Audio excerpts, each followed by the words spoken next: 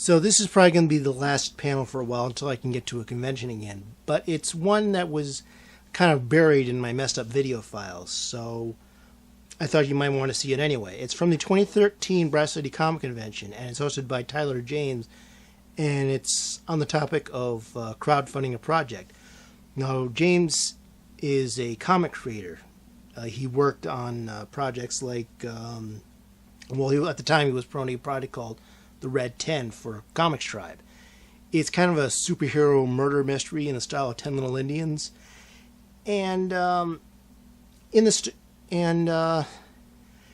panel was in 2013, so that means there's not going to be any talk of Patreon or other long-term project funding crowdsourcing outlets. This was mostly for one-time events like Kickstarter or Indiegogo. But you might find something useful in this anyway, even though this topic is one-time crowdfunding, like a graphic novel or something. Well, so we'll take you back to 2013 and the Brass City Comic Convention for this last PW paneling. Hopefully there will be more to come. In the meantime, I hope you find something useful in this panel. If more people want to show up, they can. So this is the Comics in Crowdfunding panel. My name is Tyler James. Who am I? I am the publisher of Comics Tribe. We're an independent, creator-owned comic book company and imprint. We're distributed through Diamond and in comic shops.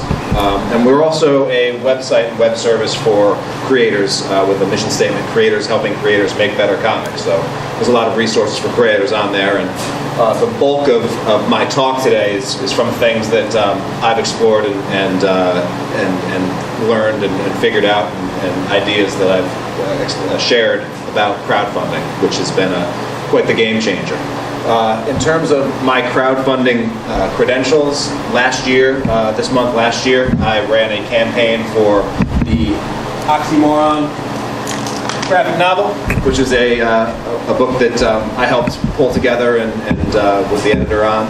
And we needed to raise, our goal was to raise $8,500, and we ended up raising $26,000 in a little over a month's time. So I'm going to talk and pull examples from my experience with that project, as well as other things that I'm seeing in the Kickstarter space, the crowdfunding space. Here's an overview of the talk. I'm going to first start with basics on what is crowdfunding, how and why it works, Kickstarter and versus Indiegogo and some of the other alternatives, and then the pros and cons of crowdfunding, of which there are both. Just from here, raise your hand if you've funded a Kickstarter or crowdfunding campaign before, and if you've created one of your own. Put one up. Okay, great. So I'm going to be talking about that whole phenomenon and what I see is working, and also I'm going to be giving pulling some details about the crowdfunding campaign that I ran, with a look at both before the campaign starts, the planning, during the campaign, and then post-campaign. And then I'm also just going to pontificate a little bit about the future of crowdfunding, and then if there are some questions, we can take care of those as well. So let's start with what is crowdfunding. The basic definition of it is the process of asking the general public for startup capital to create a new product or venture in exchange for rewards. Very simple. But crowdfunding does represent a paradigm shift and sort of a new model. And particularly because it sort of bypasses the traditional gatekeepers that there are to bring a product, to create a product to market. Instead of spending all this time working up a pitch and pitching publishers, and then having the publishers have to pitch this product to distributors pitch it to end vendors, etc. The creator is going directly to the consumer, often to fund a project that might not happen if the project itself is not successful. So that's definitely a paradigm shift. And now when it comes to funding creative projects, like things like comics or movies or other creative endeavors, in the past you had a number of options, and the traditional funding model in video games or other things is that you sort of go out and look for venture capital or for sharks, that people will give you money in exchange for equity in your company or your product. But that crowdfunding is not Shark Tank. You're not trading equity. You're trading your product in exchange for a tiered system of rewards. And I don't know if you watch the ABC show Shark Tank, but there's an interesting project called for remix sneakers, which were recycled sneakers that went on Shark Tank, didn't get a deal. They were asking for, I think, $40,000 or something. Failed to get a deal from the Sharks. Ended up, when that episode re-aired for reruns over the summer, they coordinated and did a crowdfunding campaign during those reruns and ended up raising the $44,000, more than they were asking for on Shark Tank, through Kickstarter.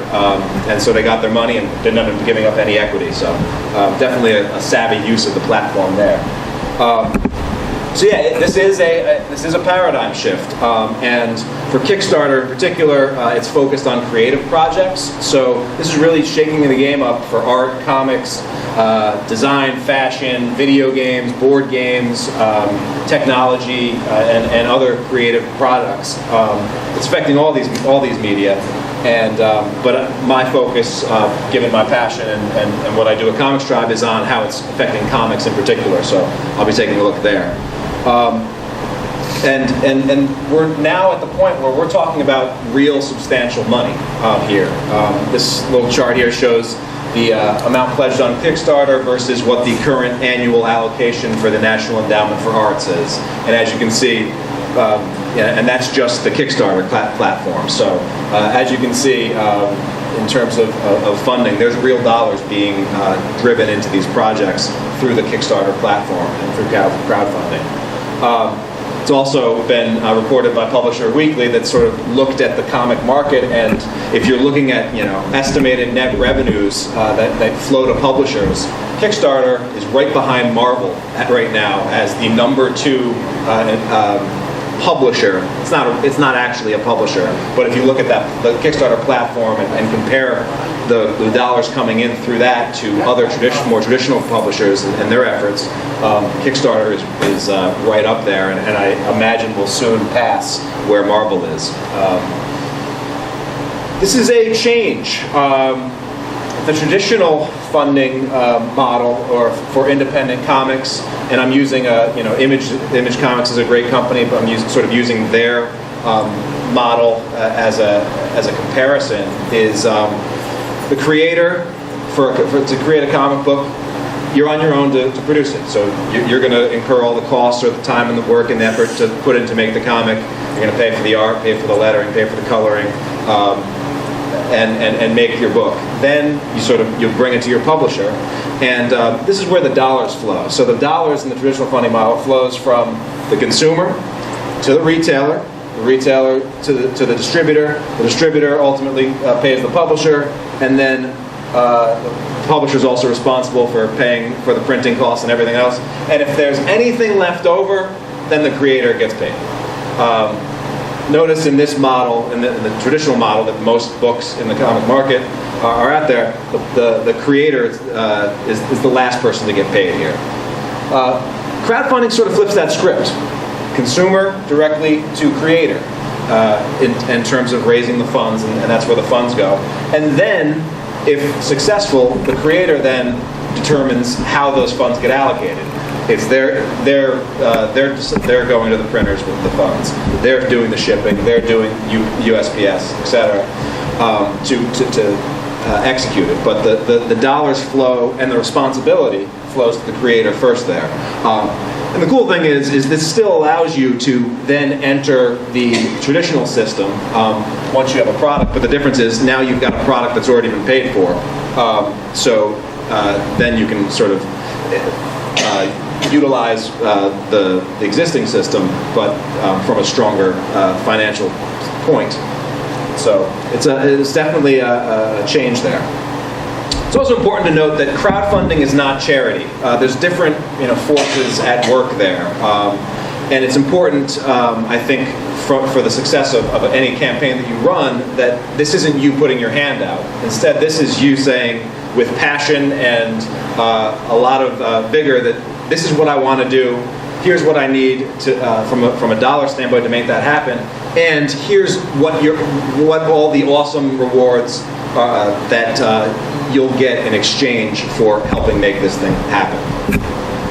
So let's talk about how and why crowdfunding works. At its basis level, there's 3 real steps to it. You present, and using one of these crowdfunding platforms like a Kickstarter, like an Indiegogo, you create usually a video and write up a short project description for your product. And this is I'm just using an example of, this is the second most successful Kickstarter project, which is for a project called The Tomorrow Girl, but that was a collection of a webcomic that's been around for, I think, about 7 years. So raised more than $500,000 on Kickstarter in about 30 days.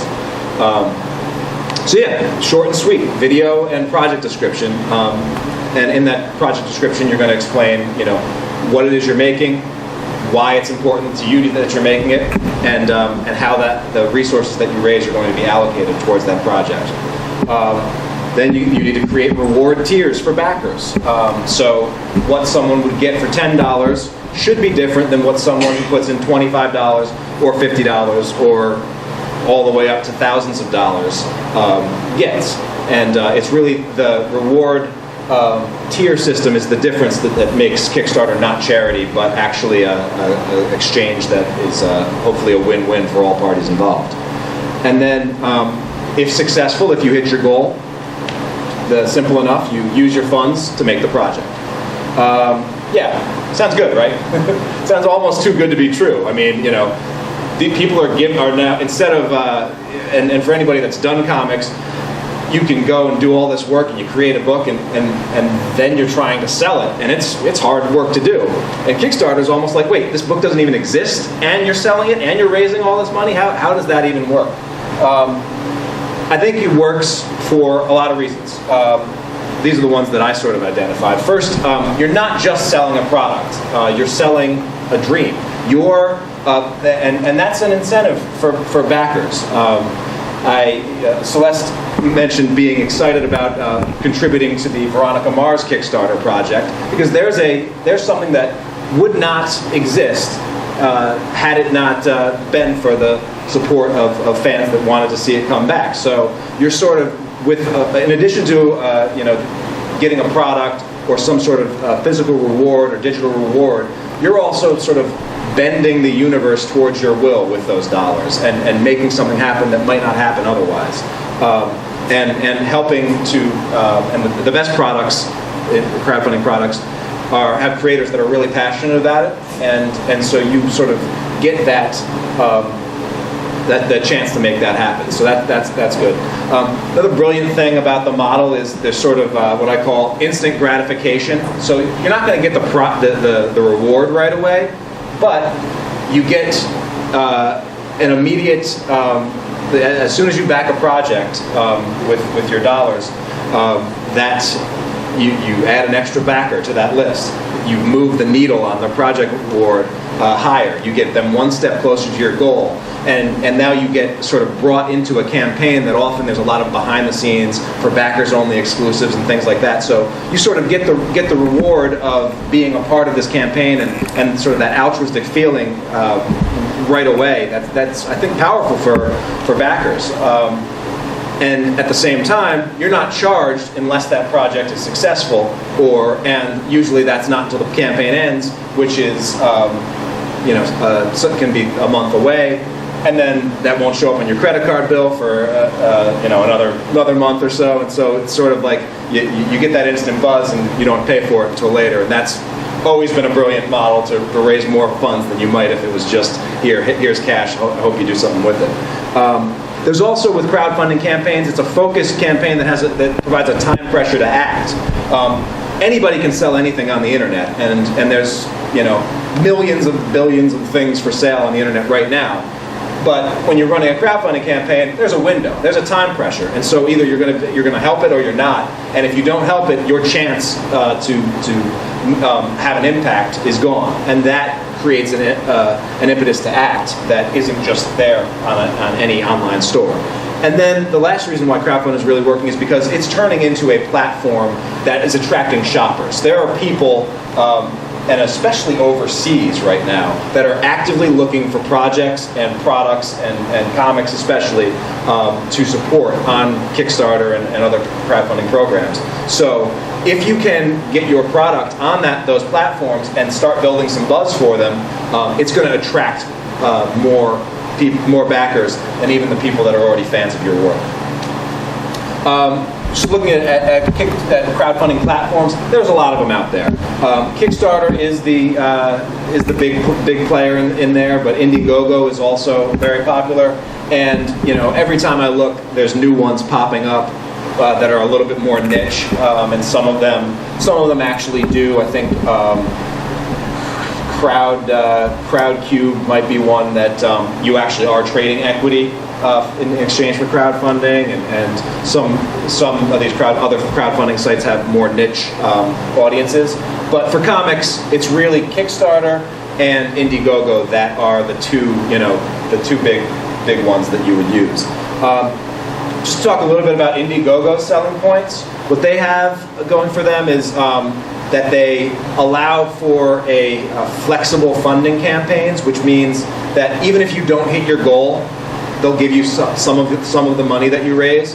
They take a higher percentage if your campaign fails, but there's a possibility that all right, I'm trying to raise $10,000. I only raised $5,000. Well, you're going to get some of that money, not none of that money. And then Indiegogo also has very little oversight of what goes on the site. So there are some projects that have been rejected from Kickstarter, either because they're too much of a sales campaign, or they're sort of a charity fundraiser, or there's some things are determined to be inappropriate for what they want. So Indiegogo is sort of more open to that. And then the third big difference is Indiegogo, I think, is entirely international, and I believe PayPal is sort of the thing that they use to drive sales, and so they're available in any country. Whereas Kickstarter, up until last year, was only in the U.S. It's recently expanded to the U.K. It's coming to Canada next month, etc. But of those three differences, key differences for Indiegogo, the last one is the only one that I think is relevant, because the first two are actually a part of Kickstarter's secret sauce. I think that Kickstarter, the fact that they do have creative oversight and that they do review every project that comes in, and they do have certain limitations about what you can and can't put on there, makes it a more trusted brand. There's actually been examples of popular Kickstarter projects that start making a lot of money, and then some scammer goes on and tries to clone that project and put it on Indiegogo, thinking that people will think they're backing the one thing and not the other. Eventually those get shut down, but again, there's that lack of oversight there with Indiegogo that I think makes Kickstarter more of a trusted platform. It also helps that Kickstarter's back end is Amazon.com, so Amazon's a trusted brand for people that do transactions online. The other thing is about that all or nothing goal. That's a powerful thing. The fact that if you don't hit your Kickstarter goal that you set, if you didn't hit that $10,000, you only made $5,000, that project's not going to happen. And that's actually a good thing, because most of the time, if you've done your numbers right, you've done your homework, and it's going to take you $10,000 to do the thing that you want to do, and you only make $5,000. Well, how are you going to do it? And you're still on the hook for all of those various rewards and things. So the fact that Kickstarter is an all or nothing, one, it motivates backers a little bit more because they know that this is it. They can either help or they can't, but it's high stakes. But two, it also protects the crowdfunder itself. So if you're in a place, if you're from an area that can do a Kickstarter campaign, I would always do a Kickstarter campaign. And just as a proof of concept, I took the highest grossing comics Kickstarter project was a reprint of a webcomic that had been around for like 9 years, raised $1.2 million on Kickstarter. The highest independent comic project on Indiegogo ever raised $50,000. And there have been more than 60 Kickstarter projects that have raised more than the highest comic project ever on Indiegogo. So just gives you a comparison that there's a difference between the two, and I recommend Kickstarter. So let's talk a little bit about pros and cons. Some of the pros are obviously going to be obvious. Money. It makes the world go round, and it makes doing things like creating and printing a graphic novel possible. And without it, you kind of have limited options. I love this quote from Rick Remender, who's an independent comics guy that sort of worked his way up and now works for Marvel and as well as continuing to do his independent thing. But he said on Twitter a while back, we used to have something like Kickstarter when I was first coming up. It was called a high-interest credit card. But it's very true, and Robert Kirkman has gone on record saying that he was many tens of thousands of dollars into debt several years into The Walking Dead being out, and eventually it worked out for him. But I think if he could have gone back, maybe a crowdfunding option would have been a little bit more comfortable for him and his family coming up. So it's a clear benefit. Also, the benefit of simply you have the ability to sort of, in a real world environment with real dollars at stake, field test ideas. If I put my book out there and 3 people backed it, I should probably not make that book. It probably doesn't make sense to invest all the time and effort into creating a real product if there's no market for it. And the Kickstarter platform is now big enough that you can really test your ideas and see whether or not there's going to be a market for those. Another benefit that is something that I really saw is that, and you're seeing with the success of a lot of webcomic projects, the biggest Kickstarter projects in comics haven't been coming from the big names in comics, the guys that draw the crowds at cons all the time, and the people that do the Marvel and DC stuff. They usually do well, but the webcomics projects, like a couple of the ones that I pointed out, those are the ones that just blow through the roof. And that's because webcomics folks have sort of found a way and through over time know how to connect directly with their audience. And Kickstarter projects and crowdfunding projects give you a chance to really rally that base up into a frenzy, which attracts interest in your project. So that's something that you can't just do by releasing a book and then 4 months later having it come out in the shop. You don't have that connection to really rally your base. The other benefit is, there's a low cost of failure. With a Kickstarter campaign, if you don't make your goal, you don't get your money. You're not on the hook to produce any of those rewards. Obviously, if you spent a lot of money and in advance to make your product and it doesn't go well, you're going to be disappointed and everything. But there's nothing stopping you from taking what you learned from the project, or canceling the project early if it's clear it's going to tank, and reorganizing yourself, maybe set a lower goal, maybe create more higher-end rewards and packages to get more funding in, and try it again. And there's been plenty of examples of projects that failed the first time, came back a couple months later, or half a year later, and were successful the second time. So, again, and then, final benefit is, in this case, you are the boss, right? You're in control. So the project is in your hands. It's not, something that I always say is, no publisher, no external person, no retailer, and nobody is going to care as much about your project and your products as you. And so at this point, it gives you the opportunity to really thrive on that. But let's talk about some cons. You're the boss. So if anything goes wrong, it's on you. and it's going to be your black eye that gets it. There's a project in the board game space called the Doom that came to Atlantic City, I believe, and I just saw this story last week. It was a project that was trying to raise $27,000 or thereabouts to build a board game. Ended up raising $127,000. And just last week, the project manager sent out an update to all his backers saying the project is canceled and the game will not be made. And he hopes to refund them at some point, but he's not sure how he's going to do that. And it turned out, he was trying to use the money not just to build the product, but to start a new board game company and to move and to relocate to Portland and to do all these things that weren't the project. Well, this guy's, in addition to the potential lawsuits or general ire, he'll have a hard time ever getting the trust to do something like this, and it's just going to be the next.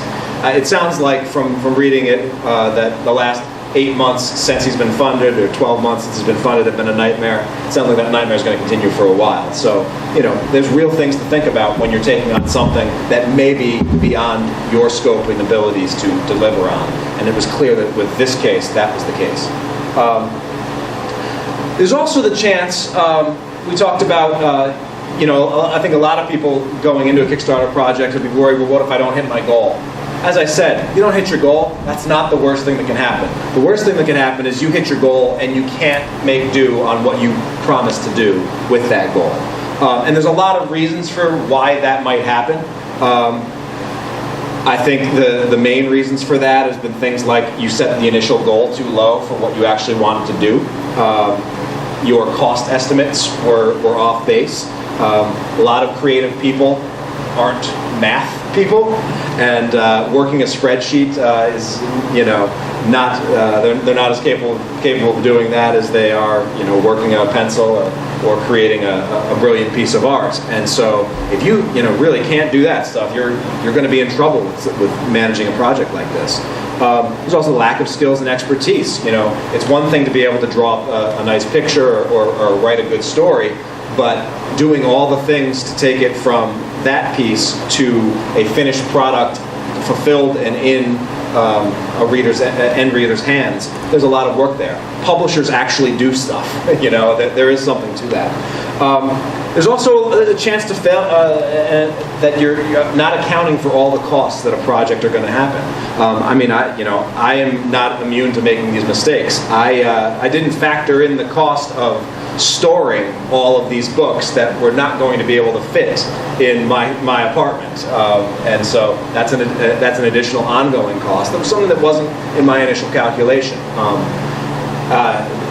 Luckily, our funding was such that we sort of exceeded what we were going for, but there's some, had it not gone as well as it did, I could have been in more trouble than it turned out. And then also, just poorly pricing your rewards. If it costs you $10 to do something and you're selling it for $15, and that's not factoring in shipping and the money that Kickstarter takes out and potentially taxes and other things, you're going to be in trouble. So there's a lot of ways that you can make mistakes. It's also stressful. My buddy Joe Martino did a Kickstarter for his book Mighty Titan, and had an aggressive goal of about $12,000 and was able to hit it, but it was about four weeks in and coming down to the wire to get there. And he said he put himself into the hospital. He was worked himself up into such a frenzy and was spending so much time doing it that it was among the hardest things that he had ever done. And that's coming from a guy who's had and beaten cancer twice. So, crowdfunding, it can be an all-encompassing endeavor. That's what half of my order of books looked like. That's the back of a U-Haul truck that I went and hand-moved myself. 2 tons worth of books. So, I'll never do that again. But it's one thing to pop some numbers in a spreadsheet and say that this is what it's going to be like, and another thing to actually pick up those books down at the docks and get them to back to your place so that you can fulfill them. You also need thick skin. You're putting yourself, and if it's something that you haven't done in the past, you're putting yourself out there. And I don't know if you guys have noticed this, but the internet's not always the nicest place in the world, and especially when you're putting out creative objects and into a world of commerce, and you're going to be questioned, you're going to be challenged, you're going to be dismissed by a lot of people, and some creators just aren't ready for that, or haven't conditioned themselves to be ready for that. So that's something that you do need to get ready for. And there's also the chance that you're probably going to fail, at least statistically. 52% of comics projects fail. And that's been pretty much consistent since I've been watching it. About a little more than half of the projects that go up there fail. One of the stats that is mind-blowing to me, though, is that about 9% of the projects that failed to get a single backer. So if you can get just one backer, you've shot your chances of getting funded up past 50%. But you know, I do wonder, who are these people that are putting projects up that can't even get like their mom to back them? So you know, it's something to definitely think about. And if you don't already have an online audience, maybe there's some groundwork that you need to lay before you're ready to go the crowdfunding route. I love this quote from Seth Godin, who I read everything by. He's a brilliant marketer and strategist and just business author. But he says that Kickstarter looks like a shortcut, but it's not. It's really a maximizer, and that's definitely what I found. It was a chance for me to rally my existing base and grow that base a little bit, and really get momentum for a project that through other channels probably wouldn't happen or wouldn't have been as successful. I'm going to talk a little bit about running a crowdfunding campaign and giving you some tips to that. The first thing that you want to do is you want to research this stuff. One of the great things about the Kickstarter platform is that all projects, once you put a project up, whether it's successful or failure, that project is going to exist on their platform until the end of time. The data from that, what you did, your updates, everything about that project is going to be available. So you can really learn from what people are doing right and what people are doing wrong.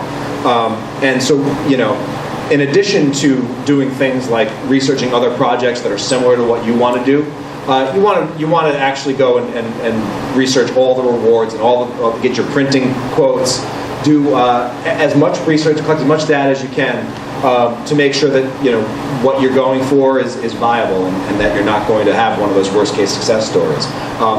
You know, I recommended, and I did. I took a book that was going to be about the same size as my book, put it in an envelope, brought it down to the post office, got it weighed. Got it weighed for the U.S., got it weighed for Australia, the U.K., and a few different areas, Canada, to make sure that I knew what to price these things, because you know, you can really get in trouble with international shipping if you don't price those accordingly. So it's important just to know, hey, what's the average, what does the data say? Kickstarter does a good job about sharing data. And so, you know, the average successful campaign has about a $4,500 goal. The time limit is 30-day campaign. Actually, the longer campaigns don't tend to do any better than the shorter ones. I think there's probably a certain time limit for how much time your audience is going to let you get up there and continue to pound the drum about a project. So, you know, 30 days is about right. Videos that will go with your project, definitely do a video, but keep it to about 2 minutes, short and sweet. The most popular pledge level is in the $25 range, so make sure that you're sort of targeting and have a very attractive product offering for that. And then the average successful campaign has about a 1 month delay. I think that that's actually going up because people are doing more interesting and bigger projects. So, but again, the sooner that you can deliver your rewards, the more likely it's going to be successful. So again, setting goals is an important thing. You want to sort of figure out, before you even do your project, why am I doing this? You know, what am I going to use the money for? How am I going to use the money? Why Kickstarter? And be able to sort of explain these things, because one of the things that Kickstarter is good about is, that people really respond to on there, is transparency. Even going down to, hey, my goal is $10,000. Let me break down what that money is going to go to. In general, people seem to have a problem funding lifestyle stuff. So projects where the artists say, my usual page rate from a publisher is $100 a page. I need $10,000, and I'm going to pay myself $100 a page for each page, and on top of that, I'm going to use the money to print. For some reason, people they have a hard time subsidizing lifestyle choices, or when you start bringing in things like, well, I have children that have needs and I need to support them. I have a mortgage payment. Like, people don't want to hear that. They want to keep it as focused as possible on the project itself, and that just tends to work better. So just have a strong sense of what your goals are for the project and how to get them. For my project, my product was the book itself. I wanted to make it a hardcover because I was seeing that I like the longer shelf life of a hardcover book, and just I'd never made a hardcover, and this seemed like a hell of an opportunity to do it.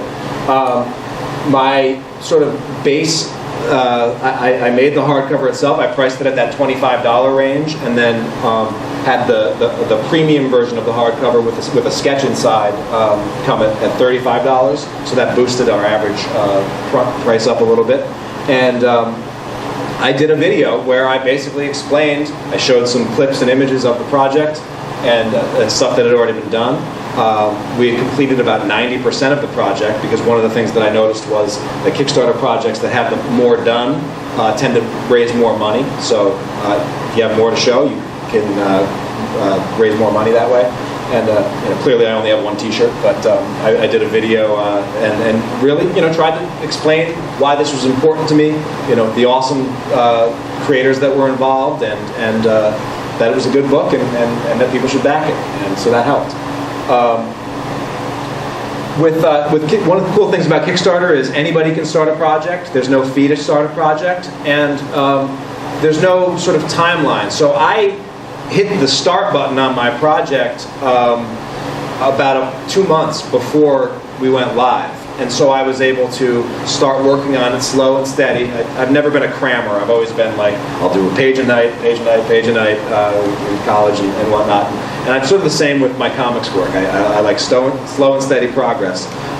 And so I just continue to build that. They let you, as you're working on putting together your project page, they let you share that preview with, it's a private link, but you can share it with people that you want, so that you can get feedback from people that were involved and say, okay, fix this error, or you spelled that wrong, etc.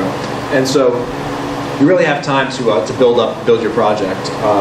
And I really recommend not launching it. You get to determine when that project goes live. So I remember, make sure you're ready. You only get one chance to make a first impression, as they say, and with Kickstarter, you really want to come out of the gate and make that the best first impression that you can.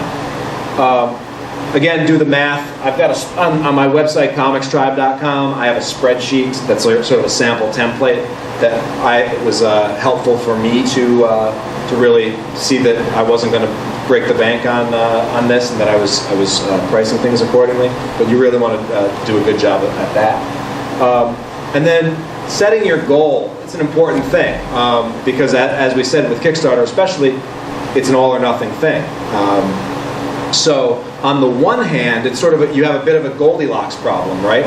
On the one hand, if you set it too high at an unrealistic height that you're not going to hit, you're not going to get anything, and maybe you can't do the project at all, or you have to try it again. You set it too low, you run the risk of hitting your goal, and then there's the momentum when it could have gone higher. Now the good news is, savvy creators have figured out a way to make it so that hitting the goal is just the beginning and not the end. And I was really able to make that happen with our project, and I'll talk a little bit about that in a bit. My recommendation is to figure out what the absolute minimum goal is that you can do to do the minimum acceptable version of your project, and make that your target goal, but have in your head your own sort of private goal that you're going to push towards, and have some ideas in your head about how you're going to make your project better as you hit higher milestones and higher funding goals. So one thing that I just recommend is really you've got to take advantage of the Kickstarter platform. Much like I sort of compare Kickstarter, it has done a lot of things similar to Facebook, where it's not, and not like MySpace did, where you can pretty much do whatever you want with your page. Kickstarter keeps it very tight, and so people know the Kickstarter interface is very clean. Video at the top for everyone. And then you have text and video, images and video that you can use in your description of your product. And then on the side, there's the pledge levels. So making a compelling video is definitely important. And I'm going to go into in detail in each one of these. There's a couple of free or semi-cheap things that I use to make my video. I'm not a video or video guy really, but I can muck around a little bit, and there's plenty of free stuff online that most decent computers can access and use. So I use Windows Live Movie Maker to cut and edit my movie or my short video. Movie Audio Producer helped me make some nice transitions and cuts between when I was showing the clips from the book itself. And then Audacity is an audio editing program, and I use SoundCloud to get some cool Creative Commons music for my background. So again, short, compelling video explaining why your project should happen. Concise information, I say the 5 W's. Who are you? What are you trying to do? Why are you trying to do it? Why it's important? When is it going to happen? What's the timeline? And where are you from? Where are you going to produce this? Where is the book going to be released once it's done? And then I did the plus P. The P is passion there. Because one of the things that really works is passion is contagious, and definitely it works upstairs in Artist Alley when you're passionately talking about your books. It also works on Kickstarter. I also recommend a nice balance between text and imagery on campaigns. You do see some Kickstarters out there where it's just walls and walls of text. People don't read on the internet, or at least they don't want to read until they're drawn in. They've done studies that blog posts with images get read 60% more than ones that don't have any at all. So as you can see with my project, I did a nice blend of here's a paragraph, here's a cool image, here's a paragraph, here's a video, here's a paragraph, here's some more image. Also, you want to have a nice range of reward tiers. My rewards started at $10, which got you a digital version, a digital deluxe version of the book. So it was a PDF that had the book and plus a whole bunch of backup and bonus material. And then what I did is I added that as a incentive to every tier higher than that. So everybody on the project was going to get that. But as you went up in price, you got more. So the $25 tier, that's that magic 25, was the book itself. And then I went all the way up to a $2,750 pledge, which was we called it the Writer's Dream Package, where Comics Tribe would work with a writer to produce their 22-page book. And we would find the artist for them, we would find the colorist, lettering, do everything, all the production stuff. And we actually did sell one of those in the campaign. So it can be about selling more than just the book or the product itself. You need to think about what do you have the value that's of value to offer, and find ways to sell that. It's a great opportunity. The best time to sell things to people is when they already have their wallet open. So Kickstarter gives you a chance to do that and create some interesting rewards.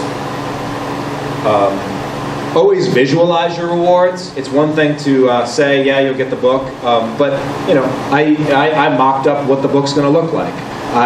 We had T-shirt designs that weren't created yet, but I mocked them up and threw them on a T-shirt. Some of the artists involved in the project offered commissions, and so I threw in a picture of an example of the kind of commissions they do. People need to see this stuff. Comics, especially, is a visual medium. To sell it, you need visuals.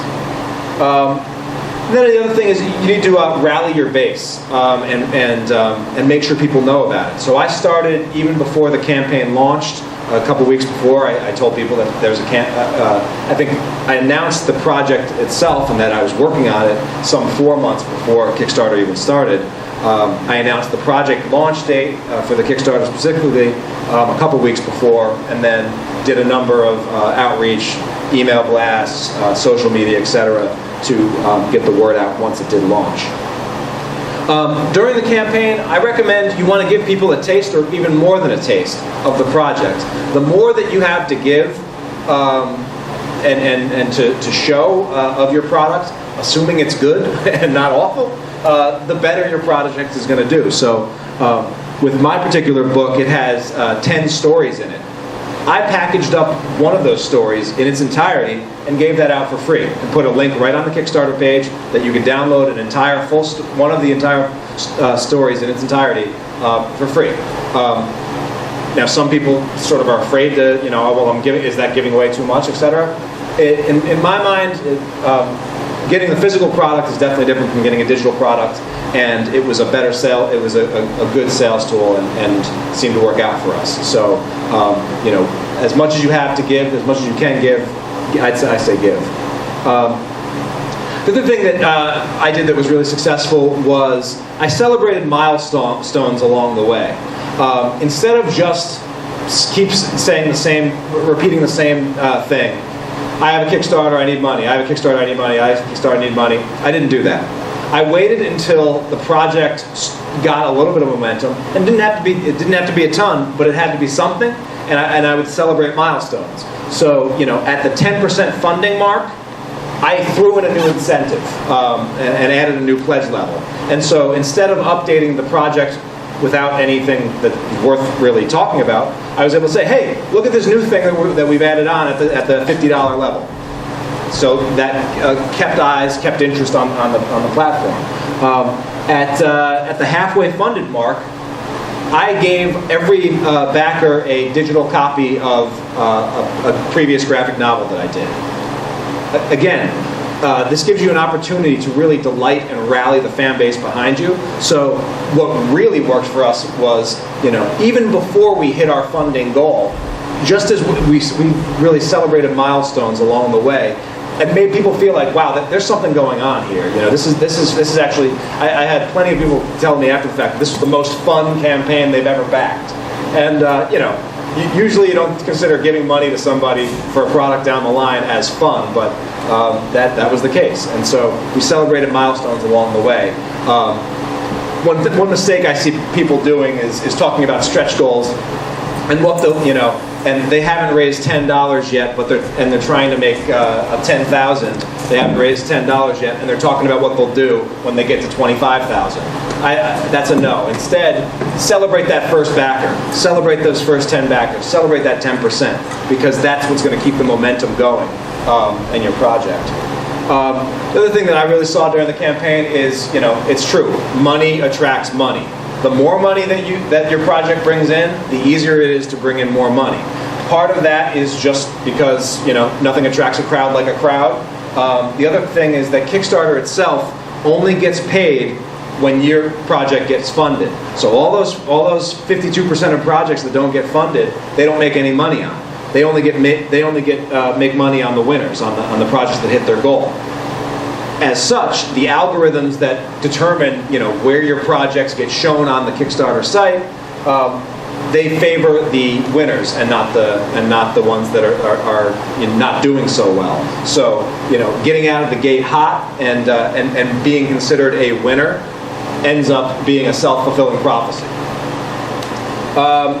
Another cool thing about running a Kickstarter campaign is they give you all kinds of awesome metrics during it. So you can see where the dollars are coming from, how many, what websites people are coming from and backing, how much money is coming from those websites, etc.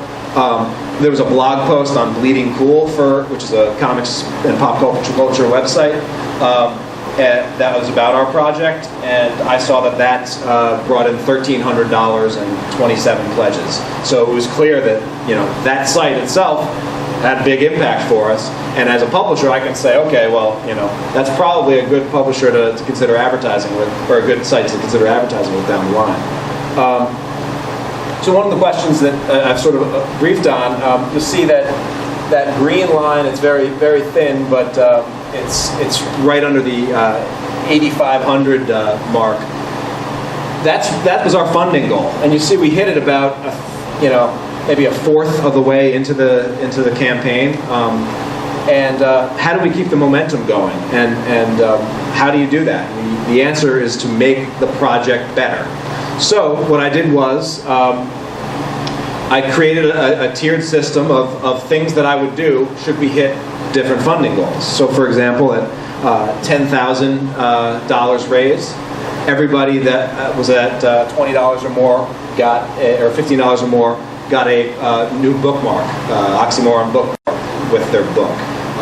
You can get one for free upstairs at the Comics Tribe table. We still have some of those there.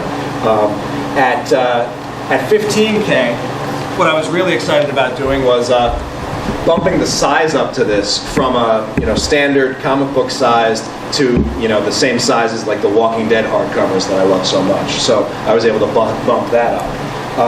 Then at 17.5, I said I was going to give this cover the UV spot treatment. So it's I don't know, you see the shiny reflectiveness there. Just makes it cooler, Make the project better in exchange for a higher funding goal, we've got pretty crazy. We ended up doing 10 variant hardcovers for this book, which is nobody does 10 variant hardcovers. Marvel and DC do not do 10 variant hardcovers. But the cool thing about this was I was able to basically say to any of the artists that worked on this project, "Hey man, you want a hardcover with your own cover on it? Yeah, just give me that cover." And this wasn't planned. This was something that came up organically during the campaign itself.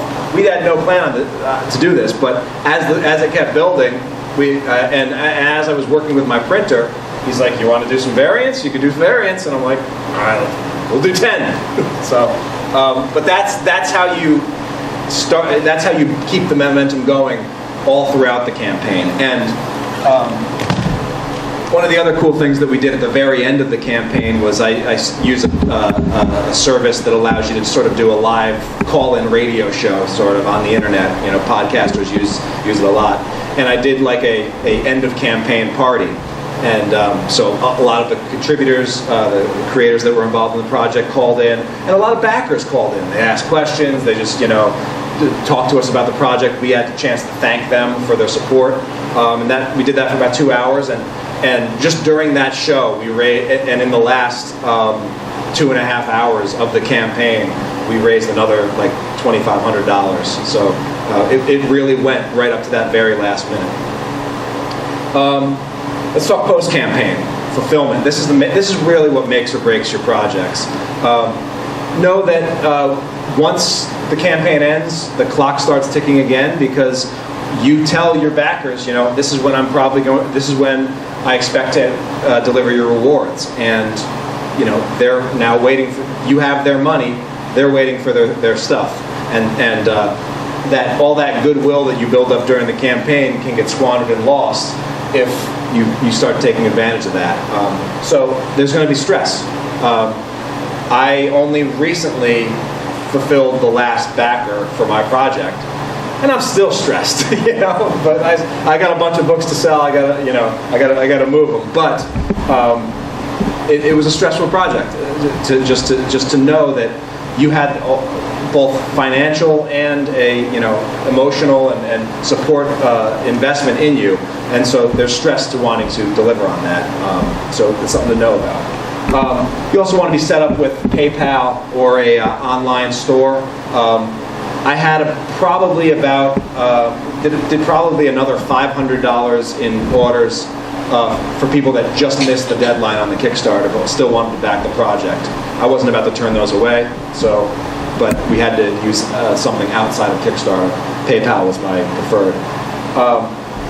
Also want to make sure that you have your shipping. If you're going to do the fulfillment yourself, the shipping, get your stuff right.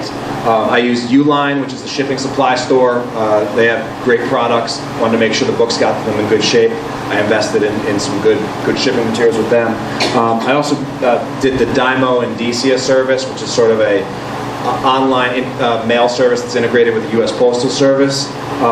Saves you a little bit of money on each transaction. Has good tracking.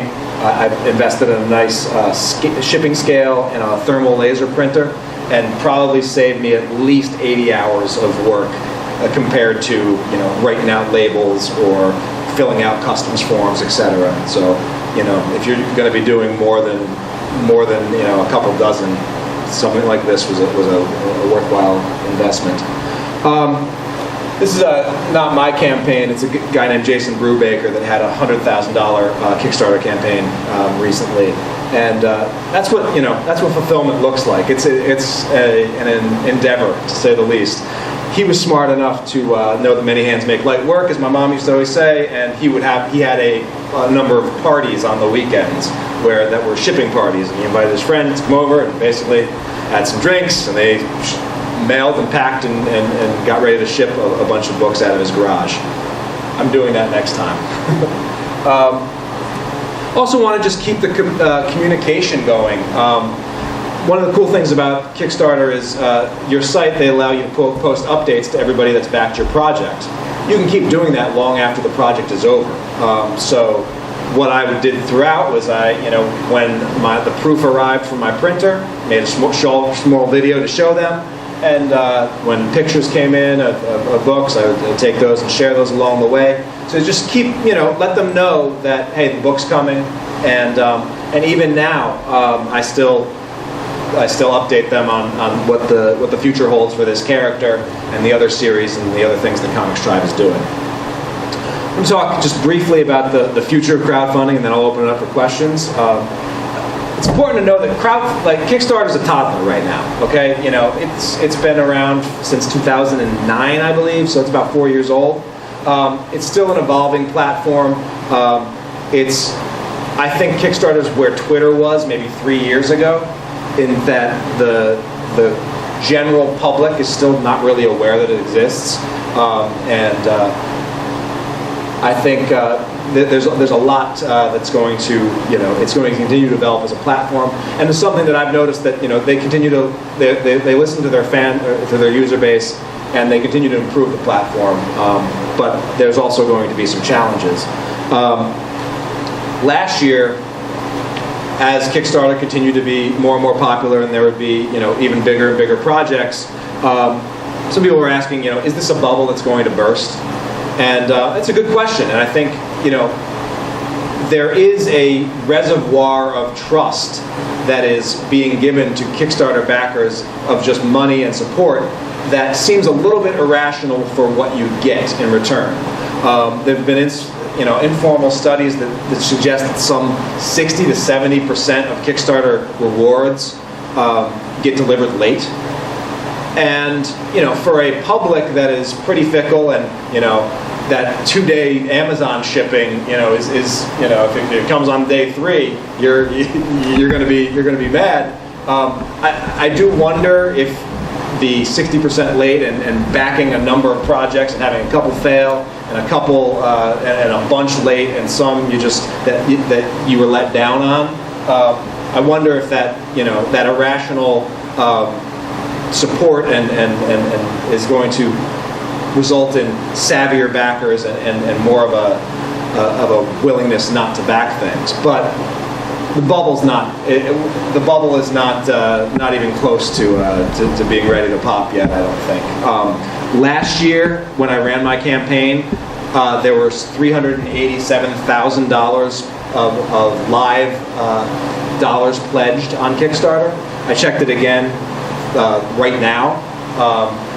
There's more than twice that being pledged right now on Kickstarter. So we're closing in on $1 million, at any given time being pledged for comic. This is just for comic projects. So that doesn't look like a bubble ready to burst, a bubble that's it looks like it's still trending in the right direction. But I will say that if the bubble does burst, it's going to be us, the creators, that are going to be responsible for it. It's going to be too many examples of the guy that I mentioned earlier with the board game project, of his project of just taking the money and squandering it and not delivering on the project. So I think it's important to know that it's going to be us. It's up to us as creators to recognize the value that crowdfunding is presenting us, and deliver on the promises that we make to our backers. I'm seeing a new economy being built up around crowdfunding. There's because fulfillment is such a challenge for artists and people that aren't used to doing everything that there is to deliver a book. You're seeing new sites and businesses being formed specifically around fulfilling Kickstarter projects. So hey, just give us your backers reports. We'll deal with the printer. We'll deal with this in exchange for obviously money. I did know that I sent in a print quote with the printer that I ended up going with about a month before my Kickstarter launched. They never got back to me. He did get back to me 4 days into my campaign after I had raised, $9,000. All of a sudden, he was returning my call and was like, "Hey, I saw your project, etc." He wanted a quote. So, what we are seeing is you're seeing printers and things paying attention to this platform. You're also seeing consultants pop up. That Kickstarter consultant or crowdfunding consultant is a new job in this in 2013, and I think there will be more of that coming. So some protections and some things that I'm hoping for are better planning tools, so that it's easier to know that this endless reservoir of trust is probably not going to keep going, and so that you're going to really have to go out of your way to do a good job. And I think we're also going to see more celebrities use these platforms. We're already seeing it with things like Veronica Mars Kickstarter, Zach Braff crowdfunding his movie. There's been some creators, that, especially in the comics community, that have backlashed against this. What do they need this platform for? No, this should be for independent creators. They don't need it, et cetera, et cetera. My personal take is bring them on. I want a Bieber Kickstarter project. I want a Lady Gaga Kickstarter project, because, as I said before, Kickstarter is not Twitter, where Twitter is right now. It's not in the public conscious like it could be. And the hardest thing to do is get somebody to back something once.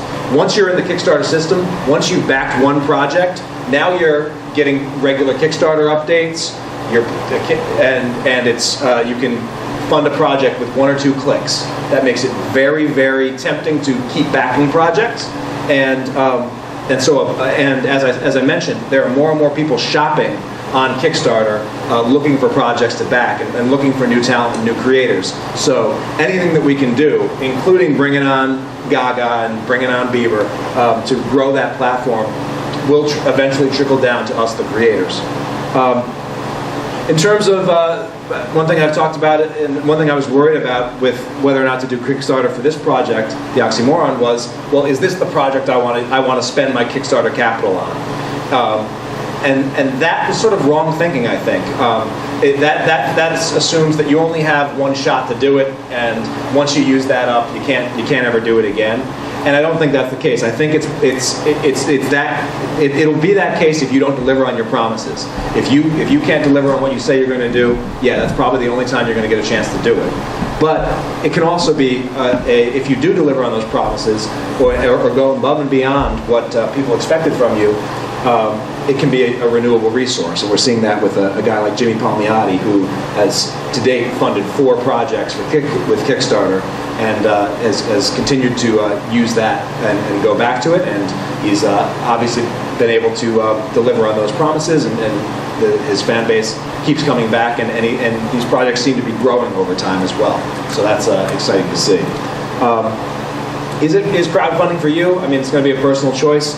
Going back to my man Seth Godin, who says that initiative equals happiness, and I think that's really the case. If there's something powerful about bringing something to life that starts with an idea in your head, and you can actually bring it into the world as a physical product, and there's something even more powerful about inviting other people to help you make that happen. And I think this is a platform that is really good for that. So with that, I've gone over my time. I knew that I had a lot of slides and a lot to say, but if there are any questions, I would love to help you out.